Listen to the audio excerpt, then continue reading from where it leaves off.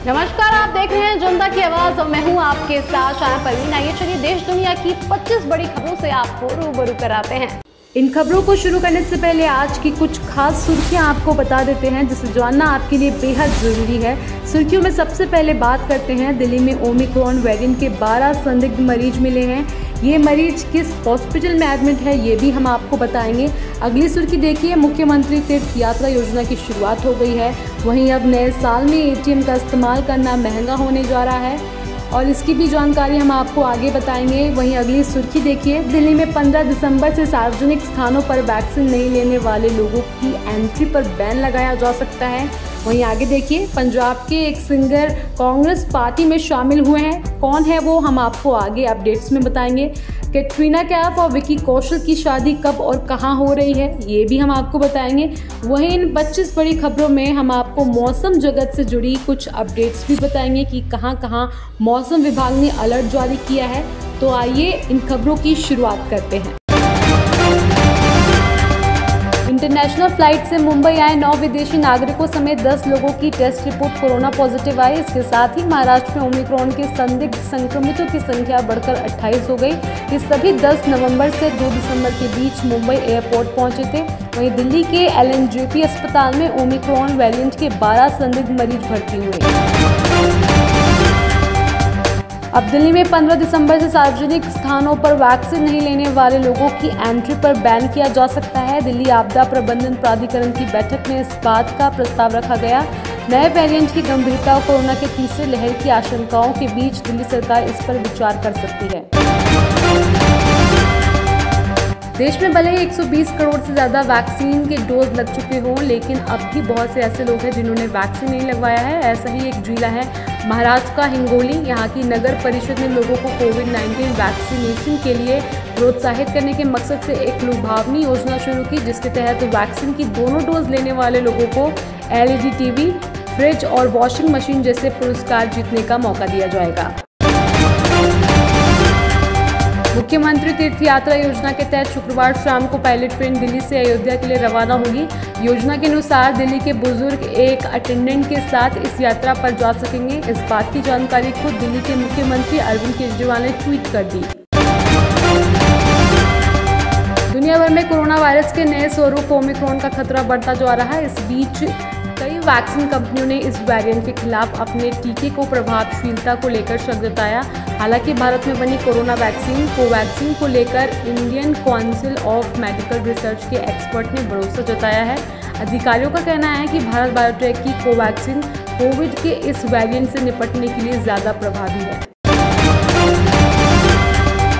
International Monetary Fund की high profile chief economist Gita Gopinath को संस्था में प्रमोट करते हुए नंबर 2 के अधिकारी का पद दे दिया गया है। IMF ने घोषणा की है कि गीता गोपीनाथ अगले महीने ज़ोफी ओकामोतो की जगह लेंगी और फर्स्ट डिप्टी मैनेजिंग डायरेक्टर बनेंगी।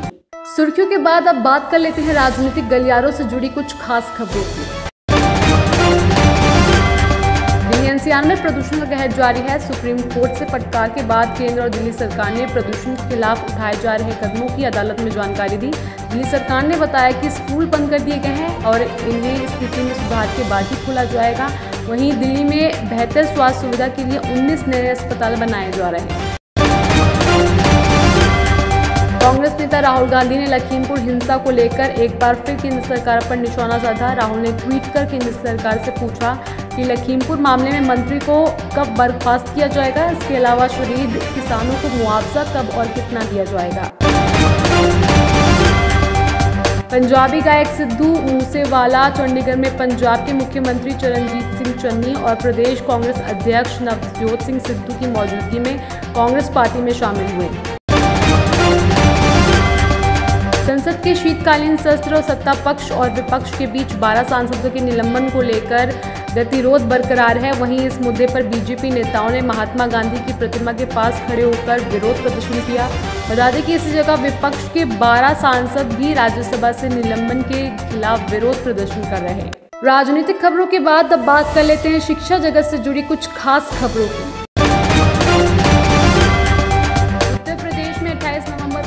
वाला टेट परीक्षा रद्द कर दिया गया था। शिक्षा भर्ती के लिए अनिवार्य इस पात्रता परीक्षा की नई तारीख घोषित नहीं की गई है, लेकिन संभव है कि 1 महीने के अंदर टेट परीक्षा को दोबारा आयोजन किया जा सकता है। सीबीएसई बहुविकल्पिक आधारित प्रश्नों पर पहली बार अंग्रेजी की परीक्षा आयोजित कर रहा है। इसमें छात्रों को OMR शीट के जरिए सवालों का सही जवाब देना होगा। अंग्रेजी विषय का पेपर 90 मिनट की अवधि के भीतर आयोजित कर लिया जाएगा और छात्रों को दोपहर 1 बजे OMR शीट जमा करानी होगी। UPG की तीसरी मेरिट लिस्ट आज नहीं होगी जारी। दिल्ली यूनिवर्सिटी ने इस कट ऑफ लिस्ट और उसके आधार पर दाखिला देने के प्रोग्राम को संशोधित किया है। संशोधित शेड्यूल के अनुसार तीसरी कट ऑफ लिस्ट अब 7 दिसंबर को जारी की जाएगी। शिक्षा जगत के बाद अब बात कर लेते हैं मनोरंजन जगत से जुड़ी कुछ चटपटी खबरों की। अली फजल जल्द ही अपनी अगली बड़ी फिल्म हॉलीवुड फिल्म कंधार में नजर आने वाले हैं। ये एक एक्शन थ्रिलर मूवी है। जेरोल्ड और बटलर स्टारर इस फिल्म में अली फजल एक अहम रोल में होंगे। फिल्म का डायरेक्शन रिक रोमन बाग कर रहे हैं। क्रिकेटर मिथाली राज के बर्थडे पर वाईकॉम 18 स्टूडियोज ने उन्हें बतौर गिफ्ट फिल्म रिलीज डेट दे दी है और मेकर्स ने उनकी बायोपिक शाबाश मीतू की रिलीज डेट अनाउंस कर दी है। तापसी पन्नू स्टारर फिल्म 4 जनवरी 2022 को थिएटर में रिलीज होगी। विकी कौशल और कटरीना कैफ राजस्थान के सिक्स सेंसेज फोर्ट में 7 फेरे लेंगे। दोनों की शादी की रस्में 7 से 9 दिसंबर को तक चलेंगी। खबरों के मुताबिक दोनों ने ही शादी की फोटोज के राइट्स एक इंटरनेशनल मैगजीन को देने का फैसला किया है। ये डील करोड़ों में फाइनल हुई। मनोरंजन जगत के बाद अब मौसम जगत से जुड़ी कुछ अपडेट्स जान लेते हैं। साइक्लोन जवाद के मद्देनजर आंध्र प्रदेश और उड़ीसा में रेड अलर्ट जारी कर दिया गया है। IMD ने ताज़ा अपडेट के मुताबिक बंगाल की खाड़ी में बना डिप्रेशन तेज हो गया है। ये तेजी से आगे बढ़ रहा है और इस तूफान की वजह से कई राज्यों में भारी बारिश की आशंका है। पूरे प्रदेश में मौसम का उलटफेर जारी है, जहां एक और चक्रवात के कारण उड़ीसा और आंध्रा में हालात काफ़ी खराब है। वहीं दूसरी ओर नॉर्थ में पश्चिमी विक्षोभ के सक्रिय होने के कारण एकदम से ठंड बढ़ गई है। दिल्ली और आसपास के इलाकों में हल्की बारिश हुई, जिसकी वजह से ठंड बढ़ गई। गैस चैम्बर बनी दिल्ली NCR में फिलहाल वायु प्रदूषण से राहत नहीं मिलने वाली। दिल्ली के कई इलाकों में एयर क्वालिटी इंडेक्स 471 दर्ज किया गया। मौसम जगत के बाद अब खेल जगत से जुड़ी कुछ खबरें आपको बताते हैं। IPL में अपने हरफन मौला खेल से दिग्गजों और दर्शकों को अपना फैन बनाने वाले हार्दिक पांड्या को उनकी टीम ने रिलीज कर दिया। हार्दिक ने मुंबई इंडियंस की ओर से 2015 में डेब्यू किया था। इसके बाद से हार्दिक ने मुंबई के साथ 2015, 2017, 2019 और 2020 में IPL खिताब जीता। पूर्व भारतीय ऑलराउंडर इरफान पठान ने IPL 2022 मेगा ऑक्शन से पहले ऑस्ट्रेलिया सलामी बल्लेबाज डेविड वार्नर को रिलीज करने के मामले में सनराइजर्स हैदराबाद फ्रेंचाइजी का बचाव किया। हैदराबाद ने नीलामी से पहले एकमात्र विदेशी खिलाड़ी के रूप में केन विलियमसन को, जबकि अनकेप्ड भारतीय के रूप में अब्दुल समद और इमरान मलिक को रिटेन किया। खेल जगत के बाद अब बात कर लेते हैं कुछ अन्य महत्वपूर्ण खबरों की। दिल्ली पुलिस ने चाइल्ड पोर्नोग्राफी को लेकर ऑपरेशन मासूम चलाया। इसके तहत पूरी दिल्ली में 167 केस दर्ज किए गए। अभी तक 97 लोगों को गिरफ्तार किया गया है। चाइल्ड पोर्नोग्राफी से संबंधित उल्लंघन के मामलों की जानकारी साइबर क्राइम यूनिट को NCRB के माध्यम से मिलती है।